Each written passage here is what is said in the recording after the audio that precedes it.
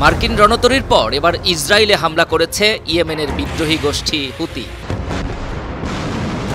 ইসরায়েলের নেভাটিম বিমান ঘাঁটি ও নেগেভ মরুভূমিতে এই হামলা হয়। হামলায় ব্যবহার করা হয়েছে প্যালেস্টাইন 2 ব্যালিস্টিক মিসাইল। খবরটি নিশ্চিত করেছে ইসরায়েলের সংবাদ মাধ্যম টাইমস অফ ইসরায়েল।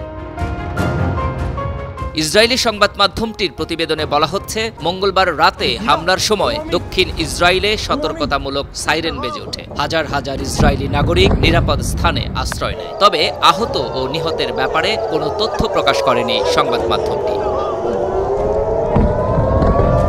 হামলার কয়েক ঘণ্টা পরে বিবৃতি দিয়েছেন হুতির মুখপাত্র ব্রিগেডিয়ার জেনারেল ইয়াহিয়া সারে। ইসরায়েল ও যুক্তরাষ্ট্রকে হুঁশিয়ারি দিয়ে হুতির এই কমান্ডার বলেন, গাজা উপত্যকায় হামলা বন্ধ না করা পর্যন্ত ইসরায়েলে হামলা চালাবে হুতি।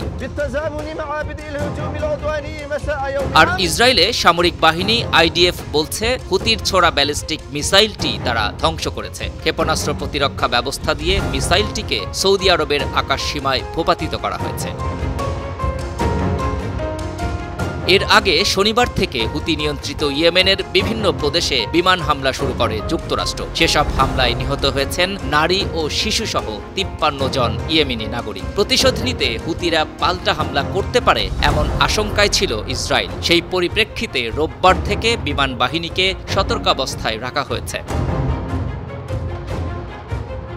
সংবাদ মাধ্যম টাইমস অব ইসরায়েল বলছে, ইরান সমর্থিত হুতি গোষ্ঠী 2023 সালের নভেম্বর থেকে এখন পর্যন্ত ইসরায়েলে 40টির মতো ব্যালিস্টিক মিসাইল নিক্ষেপ করেছে। এ সময় ড্রোন হামলাও করা হয়। ইয়েমেনের এই গোষ্ঠীটি লোহিত সাগর ও আরব সাগরে চলাচলকারী শতাধিক বাণিজ্যিক জাহাজে হামলা করে। এসব হামলায় বাণিজ্যিক জাহাজ ডুবে মারা যায় বেশ কয়েকজন নাবিক। তাদের হামলার লক্ষ্যবস্তু ছিল মার্কিন ও ইসরায়েলি জাহাজ।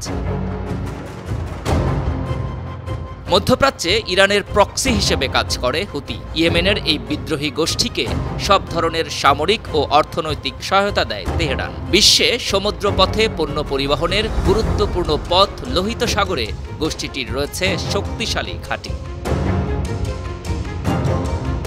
The Washington institute for near east policy বলছে, হুতিদের কাছে জাহাজ বিধ্বংসী ক্রুজ ক্ষেপণাস্ত্র রয়েছে। এসব ক্ষেপণাস্ত্র 80 কিলোমিটার থেকে 300 কিলোমিটার দূর পর্যন্ত আঘাত হানতে পারে। এর মধ্যে আছে সায়াদ এবং সেজ্জিল মিসাইল। এই থিঙ্ক ট্যাঙ্ক আরও বলছে, দূর থেকে লক্ষ্যবস্তুতে আঘাত হানতে হুতির হাতে আছে জাহাজ বিধ্বংসী ব্যালিস্টিক মিসাইল। যেসব মিসাইলগুলোর অবস্থান নির্ণয় করাও কঠিন। দ্রুতগতির কারণে এসব মিসাইল মুহূর্তের মধ্যে আক্রমণ করতে পারে। আন্তর্জাতিক ডেস্ক 52 টিভি।